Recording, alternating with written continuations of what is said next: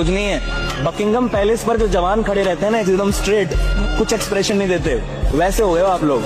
इसको मजबूरी का नाम दे दूं मैं, या आप वो घड़ी देख रहे हो कब घड़ी का काटा घूमे, कब बगल वाले लड़के को मैं पकड़ूं। ये वर्दी उतार के, गुंडों की वर्दी पहन के फिर यहाँ पे खड़े हो, शर्म आनी चाहिए आपको। जो इतना ये खड़े हो ना, बिल्कुल जुबान नहीं है क्या आपके मुंह में? बोलिए।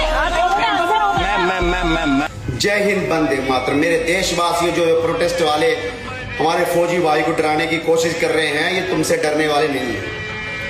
हाँ, ये आपकी सुरक्षा के लिए खड़े हैं। आप लोग ये भूल गए हो, यही हमारे जवान दिन रात ड्यूटी करते हैं आपकी सुरक्षा के लिए, पर आप इनको ही डराने की कोशिश कर रहे हो। ये डरने वाले नहीं हैं, ये देश के जवान हैं। पहला कर्तव्य है देश की रक्षा करना, चाहे अपनी जान चली जाए कोई दिक्कत नहीं। ये डरने वाले नहीं हैं।